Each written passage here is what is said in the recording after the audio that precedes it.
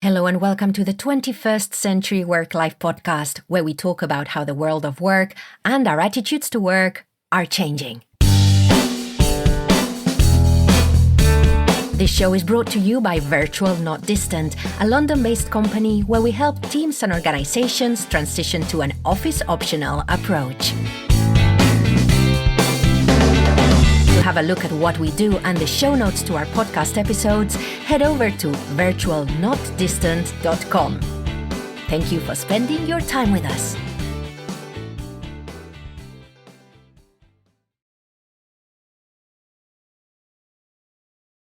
Hello and welcome to episode 213 of the 21st Century Work-Life podcast. And today we're going to look at the role of artificial intelligence and machine learning in remote team collaboration, remote team communication, and in fact, communication and collaboration amongst anyone who is using computers. So that's a lot of people. My name is Pilar Orti. If we haven't met before, you're welcome to the show. And today's episode, of course, I have co-host and colleague Maya Middlemiss. Hello, Maya. Hello, Pilar.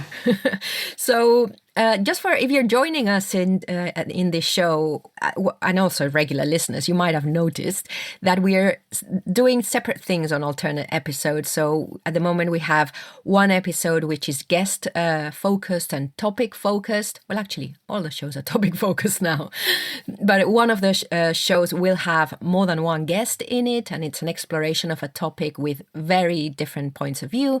And then the next one is Maya and myself taking one aspect of online collaboration that is on our minds, or that we fancy talking about, or that has caught our interest. So please, if you have anything that you would like us to cover that is within this big remit of leading remote teams, online collaboration, and growing a remote organization, please email us. You can email me directly, Pilar, Pilar, at virtualnotdistant.com, or you can go to virtualnotdistant.com and we have a contact form there, or you can tweet us at virtualteamwork, where the O is a 0, and hopefully, we'll reply, and hopefully we'll be able to incorporate your suggestions into the episode.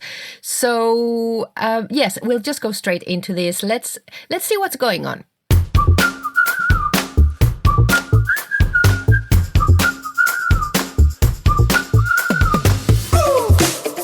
What's going on?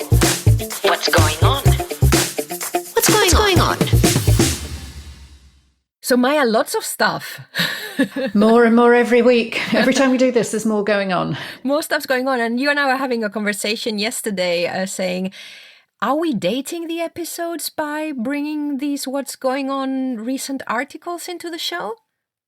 Yes, I think it's an interesting issue because some of these things pass and go, but others, it's more like it's building a kind of knowledge base of issues in the remote and office optional working space. So we'll try and take a longer term view on things rather than being completely topical. And regards the future of work also, these things for us, they're moving a lot, but actually there are still people who, because of their professions and the way in which they work, they're still coming to these things with a completely fresh new perspective. So maybe even this episode, for someone listening to it in 2 years' time, maybe some of the stuff is actually still very relevant to them. Absolutely. The future will always be unevenly distributed. Very good.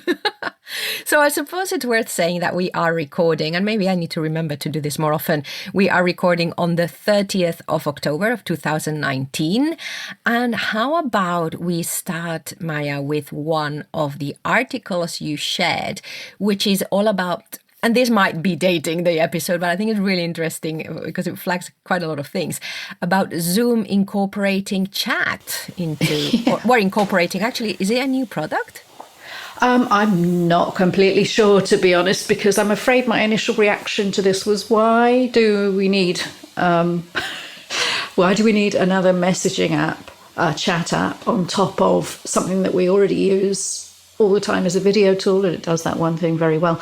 And it just seemed to me important that we talk about it because it's really highlighting this trend of all these different platforms converging and everything doing everything, which is great in some ways, but I think it also makes it harder for users to make an informed decision as well. Mm-hmm. So this is an article from dispatch.m.io, which I'd never. What is this enterprise messaging news? This is a very niche application, isn't it? Yes, Oh, sorry, it is. publication. This Mio is it's some kind of aggregator where you can pull in all your messages from different platforms into one space. So they publish a lot of information about unified communications and chat platforms. So that was where I first came across this news that Zoom are introducing Zoom Chat. So exploring the latest business messaging tool, and this is an article from October the 11th, 2019. There's a couple of things that come to mind now. One is I was listening to an episode with Matt Mullenberg and David something from Basecamp. I'm sorry, the one that's not Jason Fried. And Matt Mullenberg apparently had sent out a tweet saying they were really looking forward to WordPress being used on 85% of the websites on the web. And the other guy had a very strong reaction saying he doesn't like domination of a space. So, and I don't have I have some, not, let's face it, I don't have very strong opinions in that particular matter. But this is interesting that the dominance, the space that has been dominated by Slack, by Microsoft Teams, by I don't know who else, now maybe we are having new players and maybe there will be more choice. I don't know. It could go. I think it's got to be a good thing for users to have choice. And I think what we're going to undoubtedly see is increasingly differentiated offerings that maybe target different kinds of collaboration, different kinds of teams. Some will be built more around effective sales. Others will be, things like Slack, which integrate with everything under the sun. Others will have one very specific use. I think we'll see more fragmentation and more innovation in something that instead of it just going down a couple of main players, I'm sure that's got to be good for users. And just bringing back the co-working conversation, which often comes into place when we're talking about remote and collaboration. This reminds me of a conversation we had around co-working. We had a whole episode about how the space was diversifying in co-working spaces. So I find that, the parallel quite interesting. Absolutely. Well, that's because remote itself is not a niche anymore. Yes. The reason we have so much to talk about every week is because there's such a lot going on and it's just becoming an embracing term that covers so many different ways of getting things done in an office optional way. And also people who are based in an office because they don't like talking to each other. Well, these platforms are also, Yes. let's say that just like email grew in between as a use in teams that were co-located, so are these platforms. So you're right, the adoption is now huge. Now, one thing that I don't agree with in the article, unfortunately, I wish I could agree, they said as email becomes less relied upon in favor of real-time messaging solutions. I don't think that's the case still. Email is used still so much in all sorts of ways, and even within teams. There's still a lot of people who have not adopted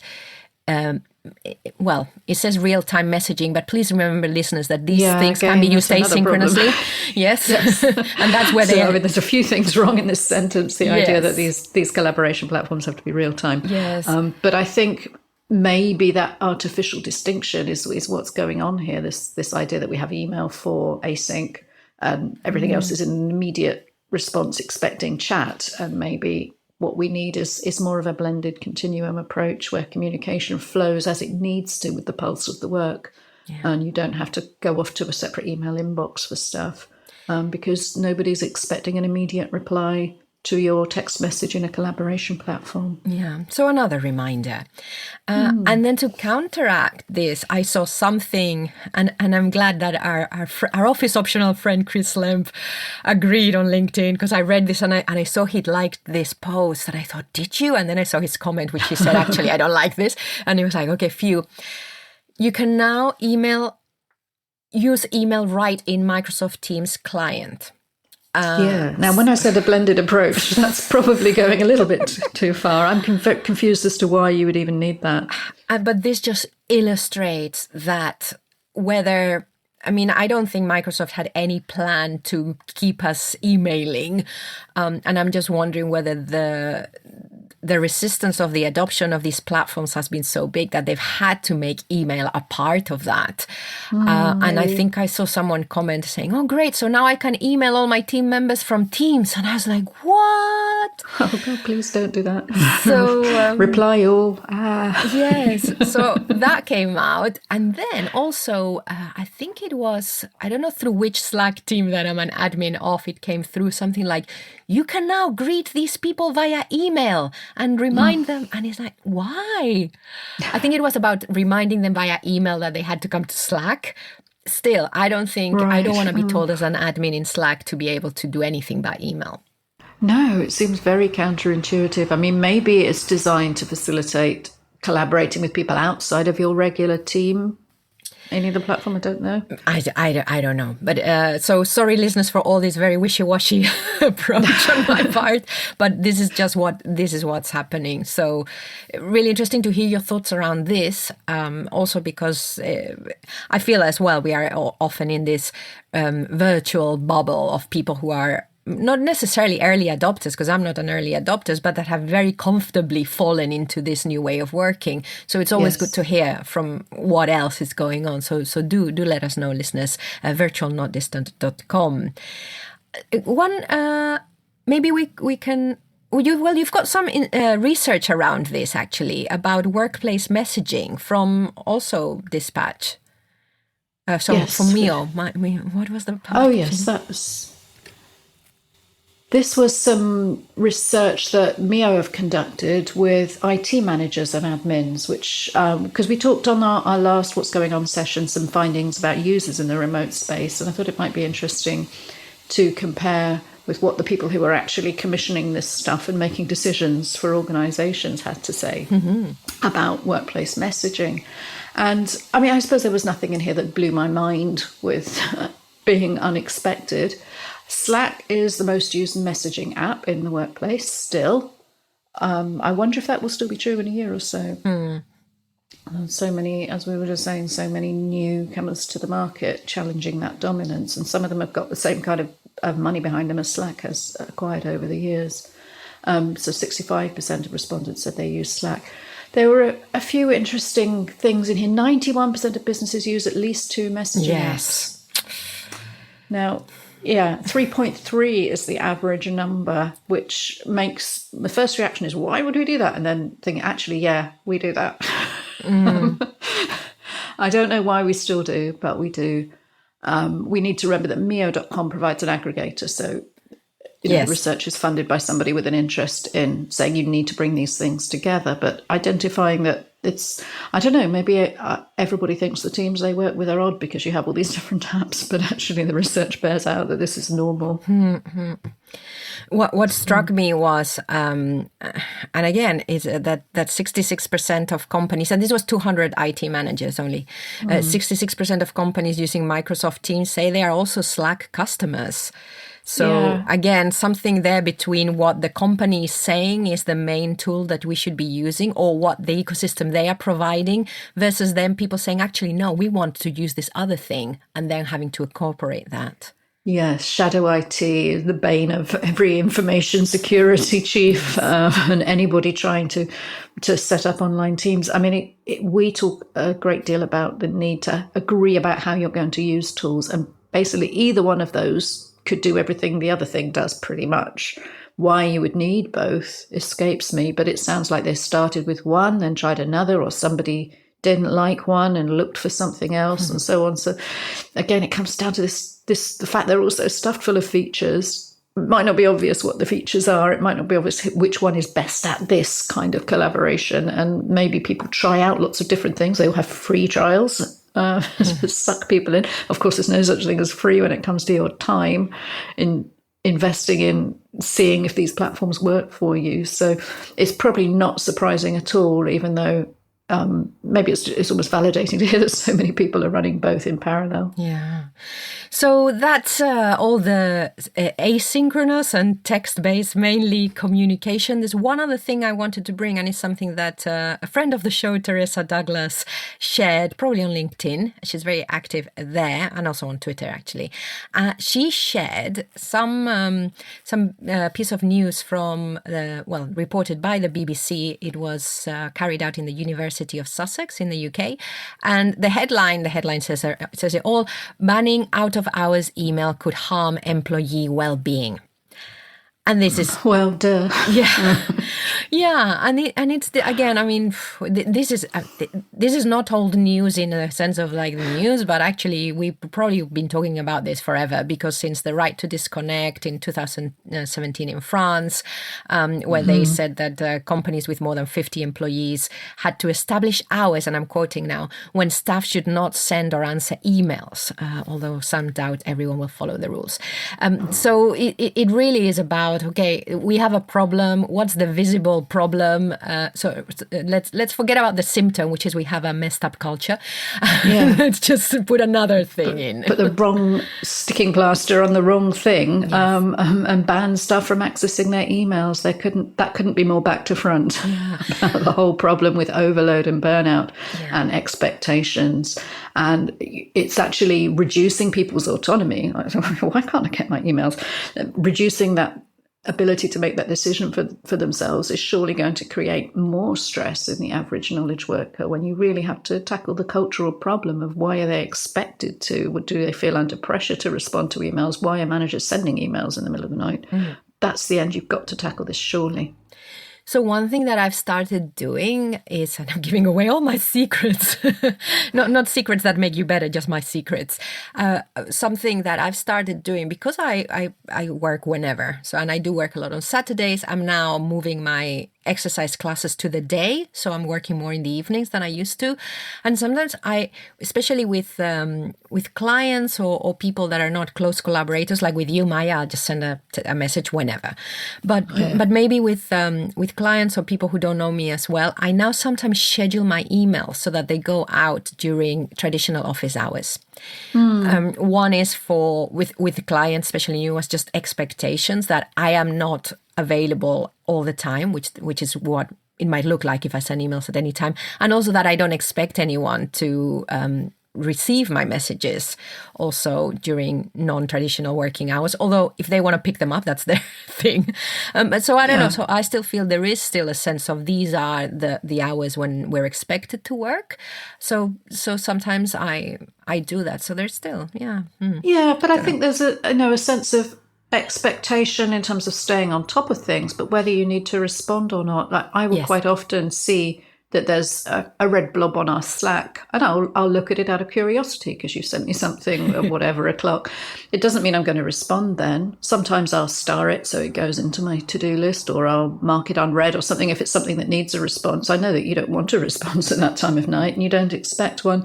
So I think it depends on what the cultural expectation is of somebody when they get this email in the middle of the night. Is somebody saying, actually, what that really implies, if it's coming from your boss, is that you're going to deal with it in the moment and you're going to drop whatever you're doing in your personal time and write a reply, or even just a holding reply or an acknowledgement? Or is it perfectly okay to see that email at midnight and think, yep, I'll deal with that in the morning along with everything else at the proper time? So it is all about the culture and expectation. It's not about the email app and whether it's switched on or not. Yeah. And this comes back to what I was saying right at the beginning, which is actually email is still very, very hot in the workplace. Yeah. So I think we've been talking about text-based, asynchronous mainly, although real-time chat also. I thought I wanted to know why Judy Rees, who is a friend of the company and a personal friend, why she had put together actually a set of articles around online meetings. So I thought I'd bring her into the show to tell us why. To add to our What's Going On section, I have with me Judy Rees, who is an online facilitator, coach, and trainer. Hello, Judy. Hello, how are you doing? Very well. I thought we'd get you on the What's Going On section to talk about something that maybe would be what had gone on, but it's still evolving. So you put together for InfoQ a 5-article series on remote meetings. Why on earth did you do that? Well, I was talking to the editor-in-chief of InfoQ about remote meetings, and he said, can we think about an article? And I got him talking. The InfoQ team, they all work remotely. And the more they talk about their remote work in organizations that are mostly co-located, the more they were realizing that they do it very differently. And that actually in co-located organizations, remote meetings are absolutely shockingly bad most of the time. And the editor-in-chief, whose name is Charles, and I were talking about this and how actually this is getting in the way of the human beings in the world doing what we need to do, achieving what we need to achieve, working together to solve the big problems. Mm-hmm. It's time we fix this. The technology is no longer the problem.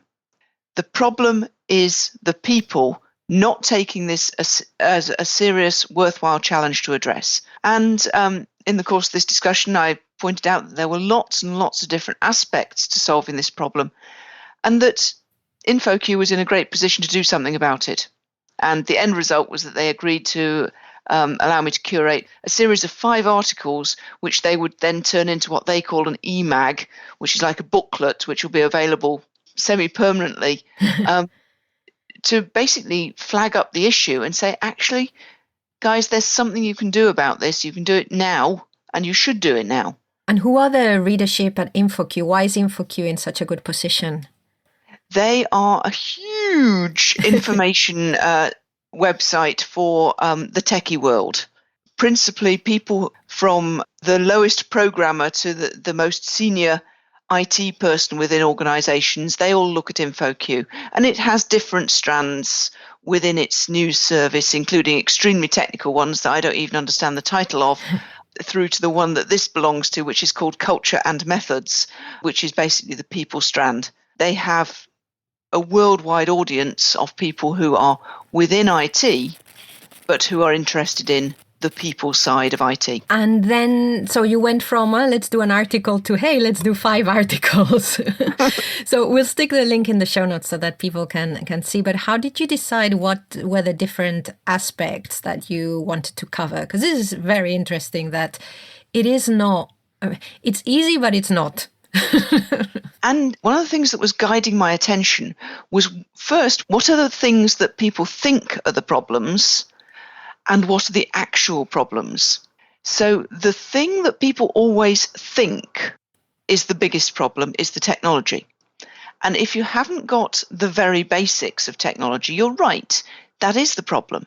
Because clearly online conversations are mediated by technology. And if it's rubbish, they're not going to work. So at the basic level, that's the problem. So obviously we needed a technology article, and we also needed if I know that the technology isn't good enough, how do I convince my organization to spend some money?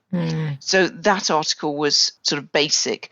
The other thing people think is the problem is cultural difference. So if you've got one team in London and another team in India, everybody assumes that the reason that the communications are not very good is because of cultural difference. So we included an article by Nancy Settle-Murphy about cultural difference.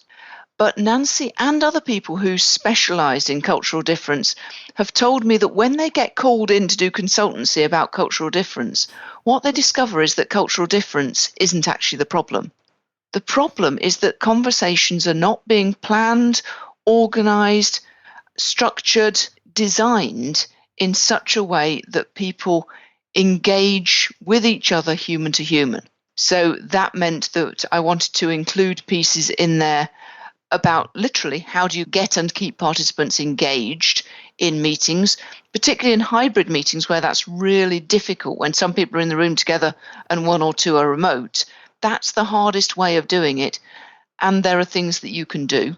And also the piece about relationship building that was the article that you wrote, which I think is absolutely essential, particularly where you've got a co-located team and a few people remote. The co-located people don't realize that the remote people are completely missing out on all those debriefing conversations at the water cooler, at the coffee machine after the meeting ends, and the setup conversations that happen, just as we're thinking about organizing the meetings. Remote people are far too often missed out of those completely, and that reduces their engagement, and it reduces their visibility, and it reduces their motivation to stay engaged. So we touched on both the things that people thought were the problems and the real problems. Oh, Mark Kilby's article as well about culture and how you and your distributed team can work together to create a culture of communication and collaboration. I think that's where it goes to the next level. But people don't think to start there. They think, oh, it's because my microphone isn't good enough. Yes. People need more imagination around this stuff. Well, it's always easy to go to the tech because the tech doesn't have feelings, because it's not a complicated relationship with the tech, because my relationship with my tech is very complicated. Oh, is it? I always find that we often get the question, oh, you help teams. What tech do you use? Who cares? And we are at the point where, as you were saying earlier, that it's actually all starting to blur into one, and it now starts to not matter as much whether you use X, Y, or Z. They're more or less all the same. Then we've got to go beyond that. Very few people ask me, oh, do you work with people in the office? Oh, what chairs do they use? No one asks me that. So funny, isn't it? Yeah. We've moved on. So thank you for putting that together, because I think it brings that conversation out. And I think the way you've expressed it, I think is really fun. So congratulations. Now, you mentioned something about an e-magazine. How can can anyone get hold of that? Do you have to be registered with InfoQ? It's not yet been published, so as we speak, it's in the final stages of preparation. But what I believe will happen, there'll be a link we can put in the show notes, and you go to that link and you put in your email address and you can download it. Great. Well, that'd be lovely. I still need to go and read all over them again and make notes, because I'm still writing this book on online meetings, but I was reading through the stuff going, oh yeah. So people just forget about, if you're listening to this while my book is out, just grab this faster, quicker to read, get straight to the point, whereas mine just goes all over the place as often.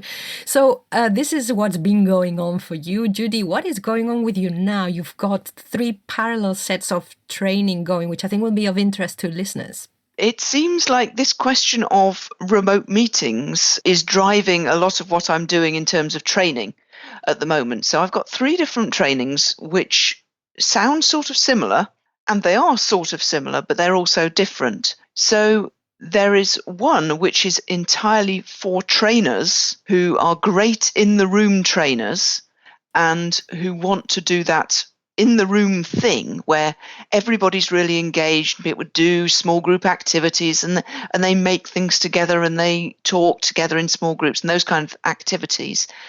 And they want to do that online. That one is exclusively for IC Agile at the moment, which is an Agile certification organization.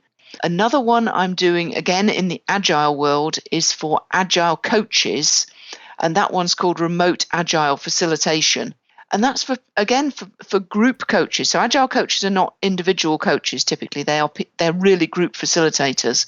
And this training, again, if you're really good at Agile facilitation in the room and you want to take all of that online because you've been given a distributed team, that's that training. And the third training is one that I'm doing with Lisette Sutherland, who all your listeners will know, which is called Remote Meetings Masterclass, which is for anyone who leads or even participates in remote meetings who wants to do it properly. Let's step up beyond the technology and let's look at, well, how do we actually make our meetings highly engaging and make sure they are productive and fun? So that series with Lisette is the third one. But all of these trainings are being delivered live online, which increasingly is being called virtual classroom. But I think that the name of this thing is I really wish we could come up with some better definitions, but it is short, sharp sessions, typically one session per week or a couple of sessions per week, so that altogether we make up a day of training, but we spread it over a couple of weeks. And what that does is allow people to try things out in between, but it also reduces the strain of trying to do a day's training online together, which can be really quite tough. Staying focused on that little screen for more than 45 minutes to an hour is really hard work. One of the iterations of the trainers training for IC Agile, we did do it as a single block of 8 hours, obviously with breaks. And one of the participants said at the end, I'm really, really glad you did this as a single day of 8 hours, because what I now know is that I should never, ever offer that to my trainees. Good. Learn by experience. That's really good. That's really good. And with those reflection words, just give us a couple of social media handles or your website, actually. I'm all over the internet. You can find my blogs at judyrees.co.uk. You can find me on Twitter at Judy Rees. If you want a corporate-looking site, however, I've got a new website called reesmccann.com. Which is where I put my suit on and do it all navy blue and so on and so forth. But what I love about the fact that website is needed is this question of remote meetings, remote facilitation is no longer a niche subject for a few enthusiasts who are freelancers. This is actually a question that is now starting to be addressed by large organisations. And I think that's exciting because it means we actually stand a chance of cracking the problem.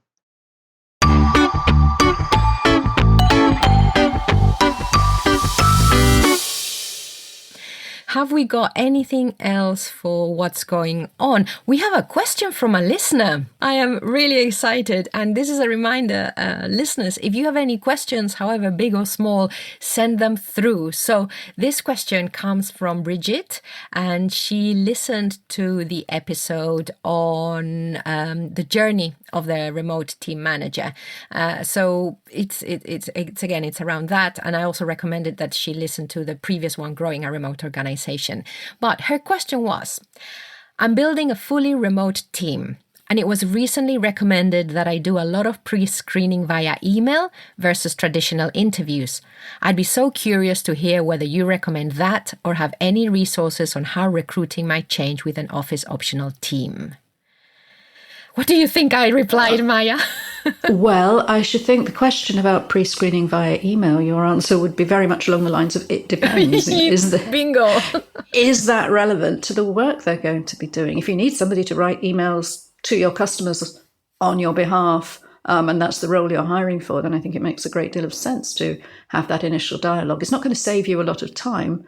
Yes, exchanging a few emails with people will tell you a lot about how they write emails. And if that's an important job skill, then that might be a valuable filter for you. And I know that I've ruled out people based on things that they write, because I would never want somebody writing like that on behalf of my organization. So it's a very easy one. But whether it's a good thing in terms of remote recruiting, I think that's too generalistic, and it's far more important to tailor your screening process to the role that you're recruiting for. So I did have then this conversation with her, and it is important. I think the people would be doing exactly what you mentioned, which is having to communicate via email with outsiders, etc. So yes, that was a completely it. It was really nice. It's a very nice conversation, because it gives us a lot to talk about, and yes, it's a great definitely. reminder. As you were saying, email is still really critical. It's often the very first communication that we get from a business is via email. If somebody's going to be doing that on your behalf, then yes, definitely screen for it. And I've used an email inbox exercise in recruitment prior to interview, where I've sent people a bunch of sample messages and asked them to write replies to it. So not just emailing with me, but getting them to email and to prioritize them as well. Spot the health and safety disaster, or the hot client inquiry versus the spam, or the lower priority things, and how would you respond to each one tells you a great deal about how they would do that in the role. Something else I said is it also depends on the communication and on how your team communicates. And I suppose more than screening for whether someone is going to fit in the team, it's also about seeing if we did take this person in, what might we want to start looking at, as in if you communicate a lot via text and asynchronously, then having a flair for the written language. It's not even about being able to write wonderfully in whatever language it is, but being comfortable with it and etc.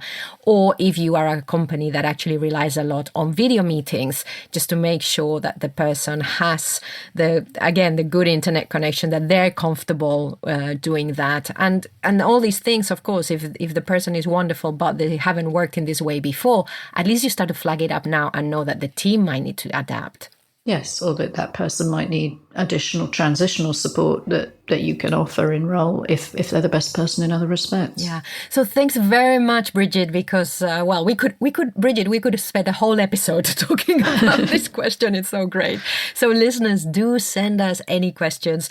If they are not suitable, don't worry. We'll reply to you by email or whatever and say, it's not suitable for the podcast, but here's what we think. But do send them through. We'd really appreciate that. virtualnotdistant.com. Something else that I know what's going on is, Maya, now when you're sharing a book that I said, what book could we recommend in the newsletter or whatever? By the way, listeners, we have a monthly newsletter with recommendations of books, articles, podcasts, and now even little videos and a digest of our content. So you can sign up for that at virtualnotdistant.com. But when I said, Maya, do you have a book? You're now always sharing like screenshots of your audiobook app.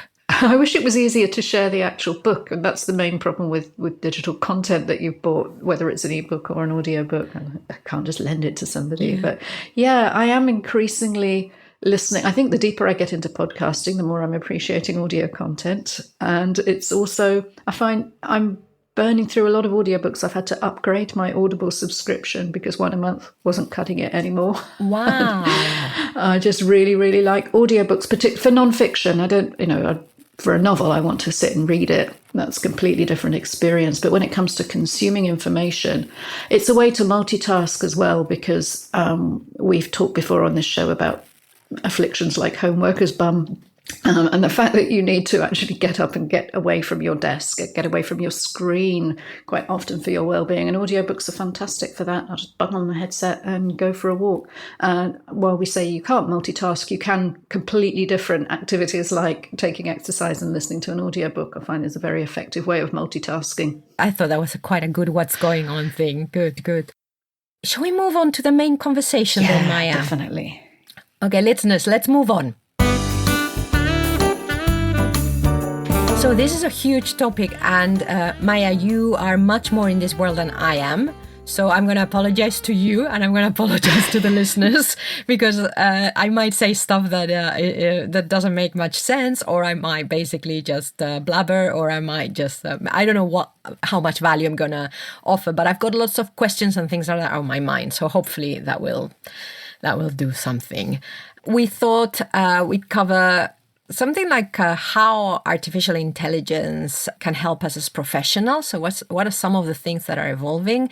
Also, those industries that it's helping most, its role in learning, etc. And then some day-to-day stuff. So just some thoughts. But what brought this to mind, and I thought, maybe there's quite a lot of stuff going on here, was something on LinkedIn that Nadella shared from Microsoft. I follow him on LinkedIn. I'm not connected to him. My good friend. My good friend, Satya. So it was about, I'll just read the post. We're infusing AI across Microsoft 365 to enable new automation, prediction, translation, and insights capabilities. And then there's a video from the marketing teams, it has everyday examples such as image to data conversion in Excel and presenter coaching in PowerPoint. And then it's got whiteboards in Teams. So do you want to start on this one, Maya, seeing as I stopped to take a breath? I thought the LinkedIn video from Microsoft was very interesting. And one of the things that interested me is the fact that they made that video at all, and they felt the need to kind of call out what they were doing on the AI front as though it was something new. And I think it just reflects the profile in the public discourse and the business discourse that artificial intelligence and machine learning is gaining recently, and not always for positive reasons. And a lot of these features that you could describe as being informed by artificial intelligence have been around for a long time, but they haven't been called that necessarily. And we called them smartness, or we called them automatic this or whatever. And now we're starting to reach the point where we can recognize the intelligence of it, that we're drawing more parallels between human thinking and learning, and talking about cognitive collaboration and things like that. And infusing AI sounds very much like it's something that's going to happen whether you're ready for it or not. It's going to just kind of seep into you regardless. But to have somebody with the seniority of Nadella fronting this as something they're doing and highlighting the benefits was quite interesting, just from a kind of social impact point of view, I thought. And the fact that it's going to be part of Office 365, which is the ecosystem that goes of companies. So it's really like, you're not going to have to ask for it. No. If you want to use it, it's going to be there. And we're already using it. I mean, let's face it, whenever we use sort of voice recognition in an application, whenever we use automatic translation tools, whenever we look at an app which scans people's faces and attempts to tag who they are. I think all of these are artificial intelligence tools. Apparently, the term was first introduced in 1956. So we've had artificial intelligence around us doing things in a way that human brains can't, from the earliest pocket calculators. It's now that we're starting to get to the point where the intelligence is comparable to what humans can do in terms of learning and thinking and creating, that we're building this new category and calling it artificial intelligence, and we're all talking about it. So I had some thoughts on the video that I thought would be worth sharing. Listeners, I encourage you to have a look, just to see, just so that you know what we're talking about, and maybe you have something to say. It's quite short. It is short, yes. And it's quite nice to, it's okay. So the first thing I saw, which I'd never seen, it was they took a picture of a table of data and then it was converted into an Excel spreadsheet. Yes, that was very cool, wasn't it? And I like Nadella's quote that the camera is the new keyboard. I think we would agree with that. Well, we'd also say the mic as well. Yes, that's true for us, definitely.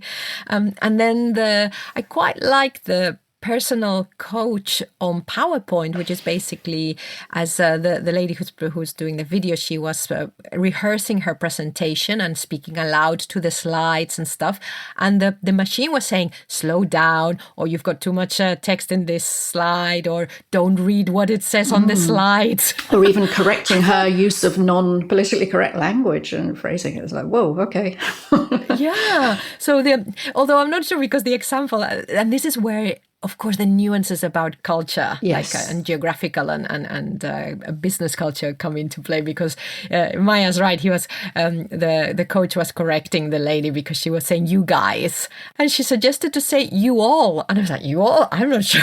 No, nobody outside the US would ever say that as a phrase anyway. But maybe there's a UK English version of it embedded. I'd be surprised if it's not smart enough to have that, and also to be potentially far more up to date with acceptable usage. I'm sure it eats the Urban Dictionary every night and eats the whole of Reddit and passes on everything that it learns about how language use is changing. So I expect in time we'll be taking that kind of advice without thinking twice about it. And then the last one, I didn't quite like the last bit they showed, so it was a hybrid meeting, basically. So people beaming in, logging on remotely to a room meeting, a co-located meeting. And they were showing the whiteboard, and they said, it's sometimes people can't see the whiteboard when they're looking remotely. And then it did this amazing stuff where the image of her was overlapped with the whiteboard. I don't know, she became transparent or something. And I thought, hang on, surely the idea is that you should be taking this to the screen of the remote person and doing something so that they can see it wonderfully in front of them, instead of again trying to fix the co-located space so that you're still looking into a co-located space. And I thought this is one where they're fixing the technology instead of saying, hang on, let's go back. What processes can we use so that the people who are remote can have a very similar experience? Yeah, that was interesting. I think my initial reaction was like yours. Well, why is this a physical thing anyway?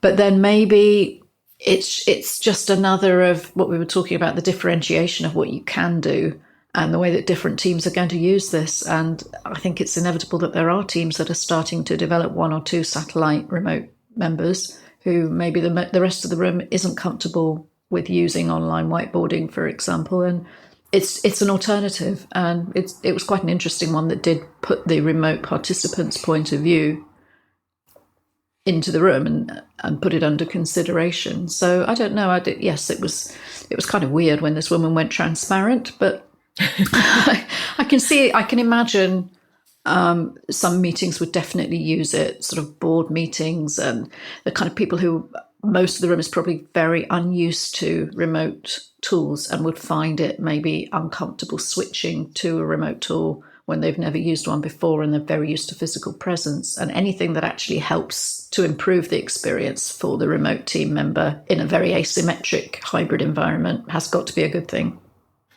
Yeah, I was talking to Judy after I recorded with her for the piece on the What's Going On, and I'm designing this hybrid workshop at the moment, and I don't do many hybrid workshops. They're either online or they're co-located. And well, Judy said, "Why are you doing that?" So, well, the client really wanted it, and we wanted to work with this client. And she said, "Well, you know what to do? Design remote first." So actually, I've had to give up a lot of what I do normally when everyone is co-located.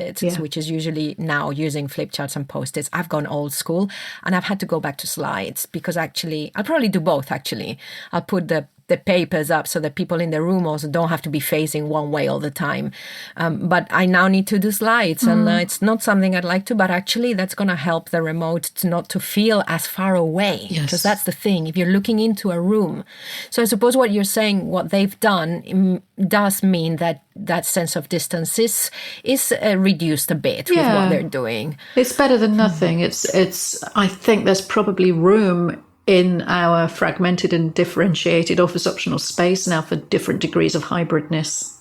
So lots of stuff. I mean, that is like an opener, I think, for our topic today. But one of the things I want to go back to the point about the coach. And this sense that we are starting to learn about how we are as professionals with our machines, with our technology. So if we can move on to the article from, I think it was, UC Today, What is a Virtual Agent? So you brought this up because I think for me, this is an eye-opener also. And it's great that I work with you because you bring all this knowledge. And all this geeky stuff, Yes, it's great. So tell us about this article, which is called What is a Virtual Agent? And it's actually from the 24th of October, 2019, so fresh off the page. Yes, this is very recent, and it's reflecting the most recent Gartner forecast of the rise of virtual agents. And basically what it means is that when you interact with a brand, say for customer service, because you've got a query about a product or something, it used to be that you had to phone them up, and that was probably the only way to approach it. And then most often than not, you worked through some kind of calling tree and pressing numbers till you got to the right person to deal with it. But now we have this more omni-channel experience where you're likely to get in touch with a brand via any number of different ways, where you could tweet them or email them, you could call them, you could contact them via their social media pages and so on. And very often your first interaction won't be with any kind of human layer. We'll see it as more of a self-service thing where you maybe select an option to talk to customer support, onto technical support and so on. And these first level communications are increasingly being provided by completely automated systems. And because of the artificial intelligence embedded in them, you might not even be aware, unless you're actually having a conversation with voice, where of course it will be different. But if the whole thing is text-based, you might not realize the point at which you cross the exception and get passed on to a human because you've asked a question that the virtual agent can't deal with, or your entire interaction might be dealt with virtually. From the point of view of affecting our work, I suppose it starts to free us up from the very basic, routine, non-challenging stuff. Absolutely. As sales. And to be honest, I know people who've done this kind of call center work, and they would probably agree that 90% of their day is taken up with the same questions over and over again, phrased in slightly different ways, which is why we need this natural language recognition from the AI to deal with them. But really, something genuinely new, people have found a new way to break an app, is quite unusual. So most of this stuff can be automated. And with machine learning, the IVR can recognize more and more calls and actually build out their base of what they can respond to. And what that does is frees up the human agent to deal with the much more interesting and juicy stuff. There was some research I read recently, again, it was Gartner, saying that the time that human agents spend on calls with customers is, in many industries, is actually going up because they're only doing the long ones. Everything else is getting rooted out, dealt with, completely satisfied customer, just because of the bot and what they've managed to do to sort them out. And the humans are only dealing with the really interesting nitty-gritty stuff that either needs more empathy because the customer's upset or something like that, or they've come up with a real exception. And possibly if that exception happens a few times on the technical front, then the app will start to learn from it and actually build it into its repertoire of responses. But if it's a case of dealing with an emotional situation or a customer who needs a bit of extra help to articulate the problem, then the human agent will be free to deal with that without that customer being made to wait. And so from the employee point of view, if we look at intrinsic motivation, which is under self-determination theory made up of autonomy, competence and relatedness, the competence aspect really can go up, as in the situations become more challenging. So there's more opportunity to learn. Definitely. And the competence is also enhanced by the artificial intelligence in many cases with these kind of contact center solutions, because once the AI passes them a call, it doesn't just say, right, there you go, I'm off to get the next one. It's actually actively listening all the time. And so it will respond to keywords that emerge in the conversation, post the correct knowledge base article or search results to that agent. So they appear to have some kind of product knowledge that's unbelievably deep and rich, that they can respond to the queries really quickly because they're being fed the knowledge just in time as the customer's asking for it. So so you're having a conversation with the customer, and then the computer hears you say, I don't know, a bookshelf. Yeah, and then it will immediately start serving up those articles. Because some of these, I mean, you take something like a complex bit of business software, it might have a knowledge base that's got 2,000 articles in it or something, and the best agents will have read and understood a big proportion of that, but there's no way they'll have it all in their heads when they're on a live call with somebody to be able to retrieve every single bit of information. But rather than having to say, that's a really interesting question, I'll find out and get back to you, instead the AI could be serving them up the precise note that they need in order to resolve that query, because it has processed the natural language of the conversation and worked out what the customer needs and gone and retrieved it. Wow. And also you're probably learning as you're coming up with stuff you've never come up. It feeds you stuff and you go, okay, well, and you're learning with the customer. Absolutely. And there might be different levels of knowledge-based article about that issue. And they think, well, obviously this super agent 1 is already pretty expert on this, so we'll just give them the kind of very advanced stuff. And that, whereas clearly super agent 2 is not quite so super, so they need the more basic primer on it. And I'm sure it'd be smart enough to deal with all of that. So this brings me to the next article, which it's a follow-up from this, and it's the article that you wrote, Maya, for UC Today also, back in August of this year, 2019, and it's called Unlocking the Secret Sauce of the Sales Rockstar. And this is fascinating because this is now, it's going a little bit back to what we saw in the video, in the Microsoft video about learning with PowerPoint and learning with a machine. This is, well, tell us about this, because this takes the learning of the agent to the salesperson to another level. Yeah, I mean, this is a tool that is using various different bits of smart technology to really optimize sales. And it's interesting because sales is one of those jobs that sometimes people say you can't really do remotely because it depends so much on the rapport between individuals. And of course, now we have video that facilitates that a lot. But what that has done, the shift to doing sales calls using tools like Zoom, is it's made it harder for people to learn and analyze, because often sales training would be a kind of apprenticeship where accompanying top salespeople on jobs and listening to how they deal with objections and how they close deals and the phrasing that they use and how they build that rapport is a little bit of a kind of dark art that some people were seen to be very good at. And it was a long time before anybody really managed to analyze, you know, from the days of door-to-door sales up until quite recently, why are some people much better at sealing the deal than others?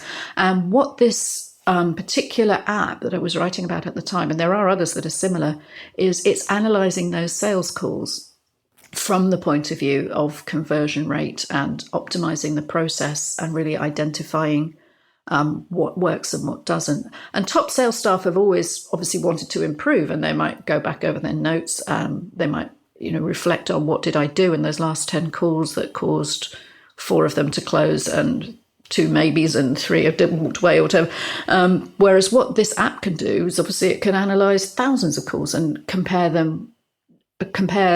the way that different people are selling this product. It can identify weaknesses in the product, in the sales materials. Is there a particular point at which people tend to disengage from the process, or when the language turns negative, and so on?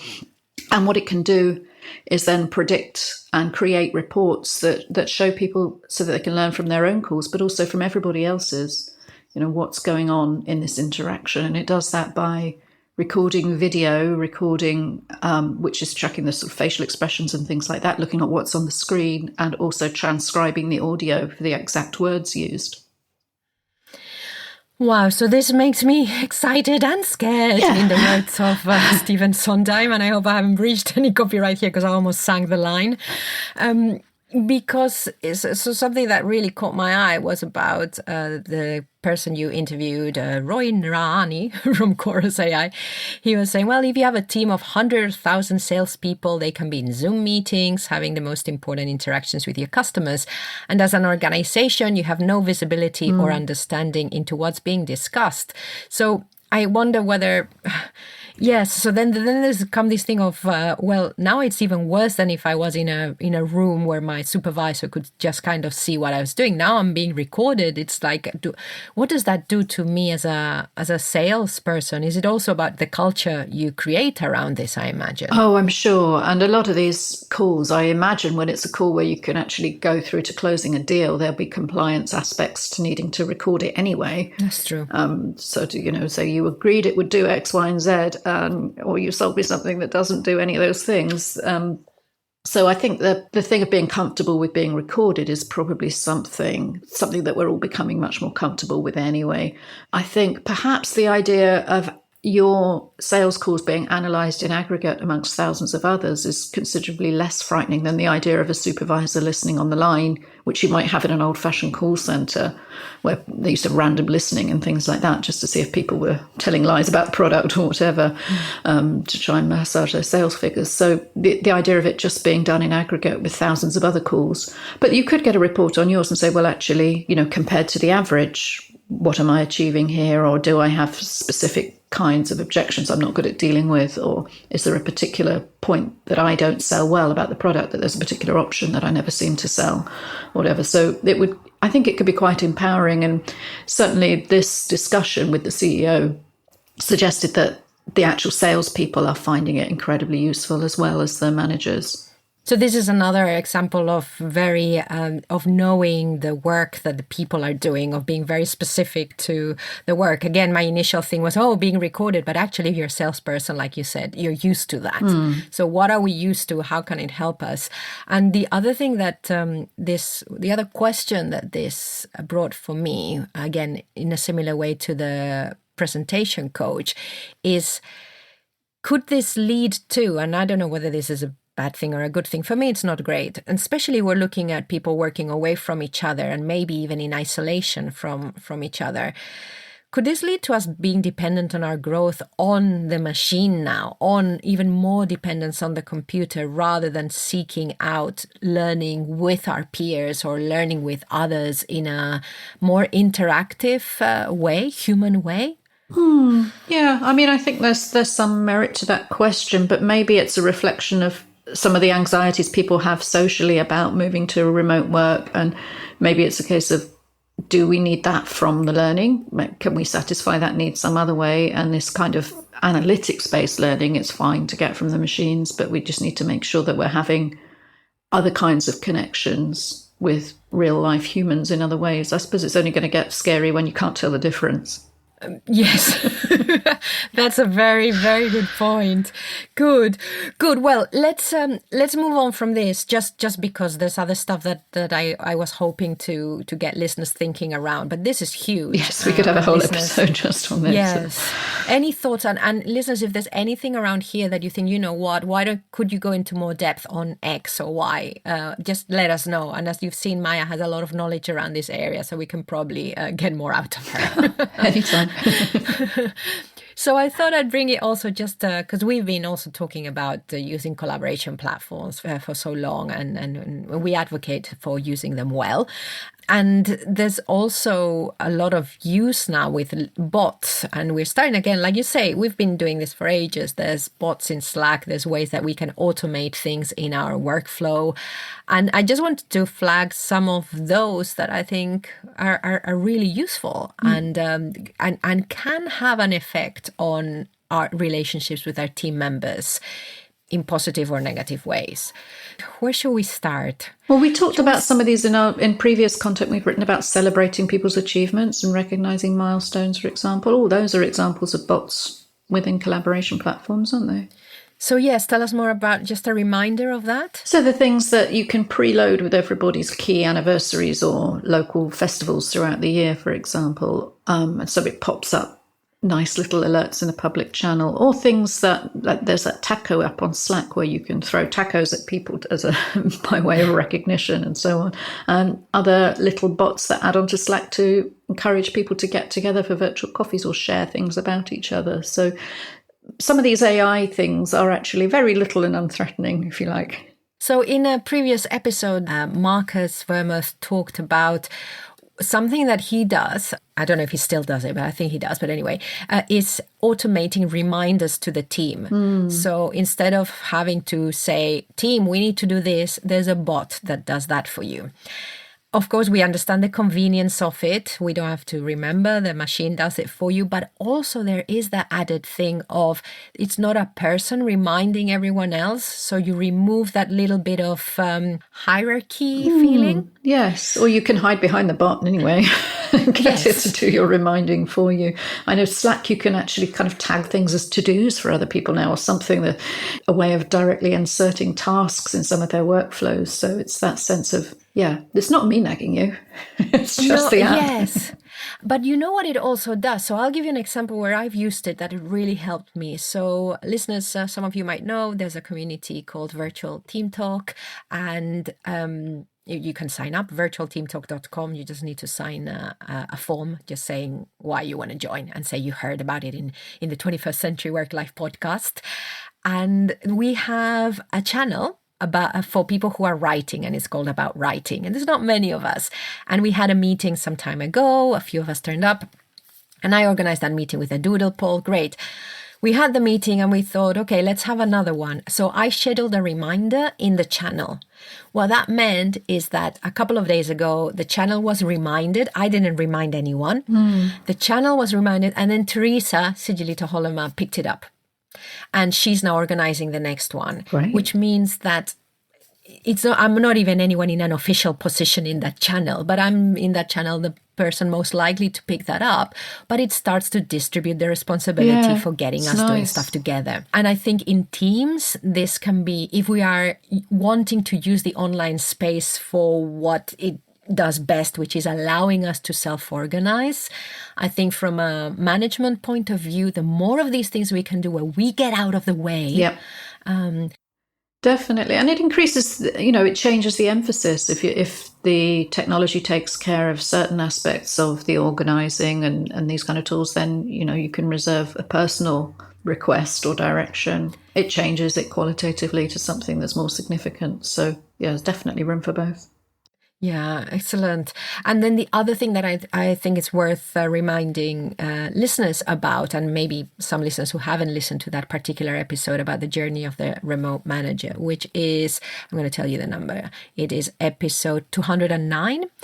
And Laila was saying that she used to check in with her team every day, just saying, oh, hello, how are things in Slack? And she would type it herself. And then she started to use a bot, and that the bot seemed to extract more honest replies about how people were feeling.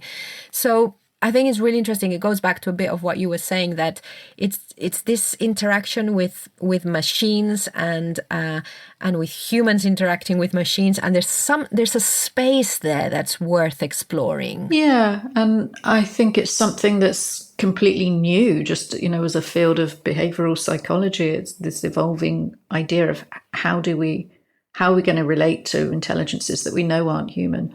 If you find yourself sort of thanking Siri or something like that, it shows that this illusion is working well enough for us that we feel there's an element of humanity to it. And then it's going to reach a point where maybe we see that nice bots asking how you are as an entity you can open up to in a way you might not be comfortable with your line manager. Yeah, interesting. And then one final one around this. There's so Slack again sent, or I saw an article or they sent the email, I don't remember about. They've got now a workflow you can integrate to onboard new team members. I haven't explored it completely, but it's this idea that you can onboard someone automatically or delegate some of that, of course not the whole process, start to delegate some of that to the machine or to Slack itself. And I was just looking at it and I was thinking, yeah, it's very comfortable and very efficient, but I don't know. My first reaction is actually that's the point. The onboarding is the point where we want that human interaction and that human insight. And of course, one thing doesn't mean you don't have both, but I don't know. What do you think, Maya? Well, again, I think it's different use cases for different needs. And if you're just, you're joining a community just because you want to be part of a conversation that might be relevant for you professionally, then the more automated and self-service and on your own timing and terms that it happens, the better. Whereas if you're starting a new job and the stakes are much higher, you'd maybe like to be more of a sense of a human holding your hand if it's all new to you. So it's going to vary a lot, but the more choice that administrators have, the more that will set the tone culturally for the kind of conversation and space that they're creating. And the more choice that users have, the better they'll be able to relate to the conversation they're entering and the work that they're doing. Mm-hmm. So, listeners, I do recommend you read this just because it's got some ideas, but also just some thoughts. It is on the Slack blog and it's called in Slack tips, automatically onboard new channel members. And it says, some uses for the workflow, HR, share key info and resources, project manager, shared pin documents when someone joins. So yes, I think, and then it's got like a form thing. The onboarding bot says, "Tell us about yourself," and it tells ask the preferred name. So yeah, okay, I can see the use. I think it's good that these things are done consistently as well in larger organisations and teams. True. So it's maybe a bit more of a level playing field for the person who joined the company on the day that they were dealing with an external crisis or something. So it's just right, there you go, log yourself in and figure it out. Whereas the other person gets a red carpet. So I didn't think of that at all, because there are situations, I'm talking about, we are humans and there will be times when people have more time for us than others. And when the focus can be more on us as a new person. Therefore, if you have it automated in some way, it does level the playing field. I hadn't thought of that. I love doing this podcast, Maya. I think it's probably an important general point about the whole AI thing as well, that these machines and algorithms are very good at doing very routine things the same way consistently and effectively every time, whereas humans get bored and they skip ahead, or they have different constraints and time preference, and they get interrupted or distracted. So when it is something like onboarding, where it might be a case of going through a specific set of points or sharing documents or information in a particular order, I can see that it might make a lot of sense for something automated to do that. Well, listeners, we would really love, as a podcast listener, I rarely reach out to the podcast, but maybe you're a different listener.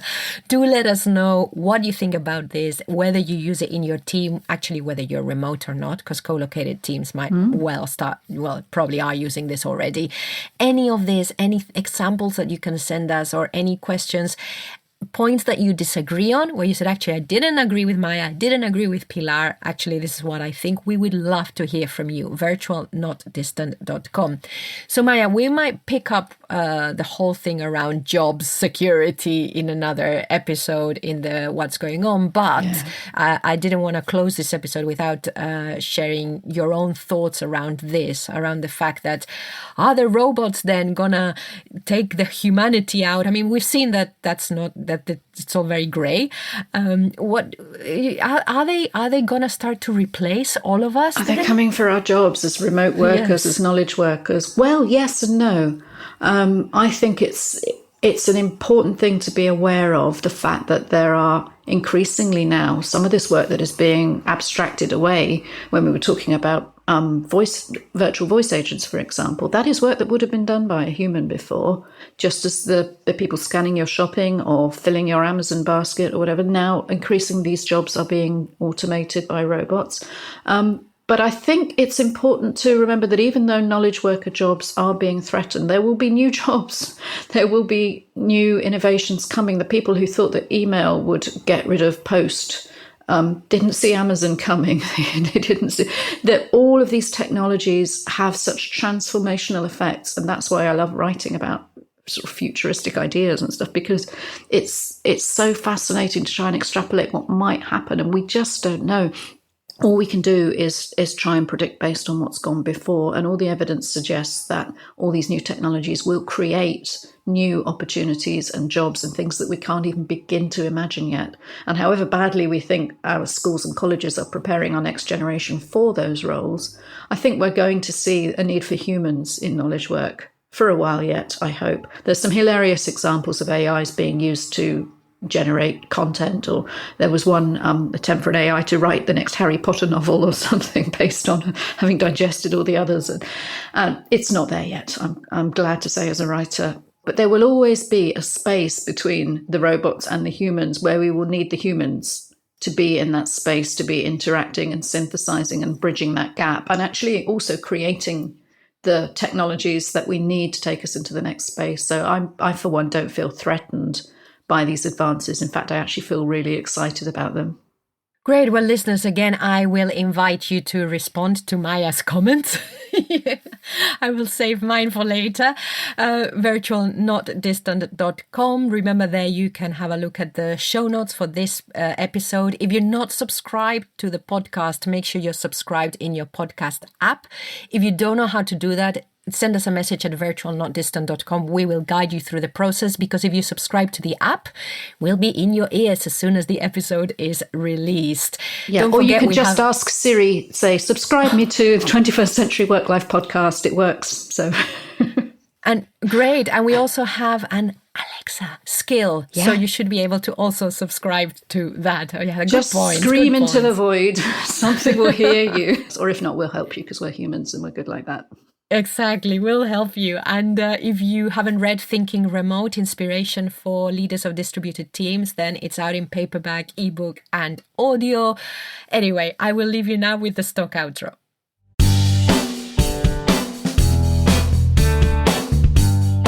A big thank you for listening to the 21st Century Work-Life podcast, produced by Virtual Not Distant. If you have something to add to the conversation, let us know through the contact form over at virtualnotdistant.com. I have been your host, Pilar Orti, and I'm signing off now. Wherever you are, whatever you're doing, enjoy.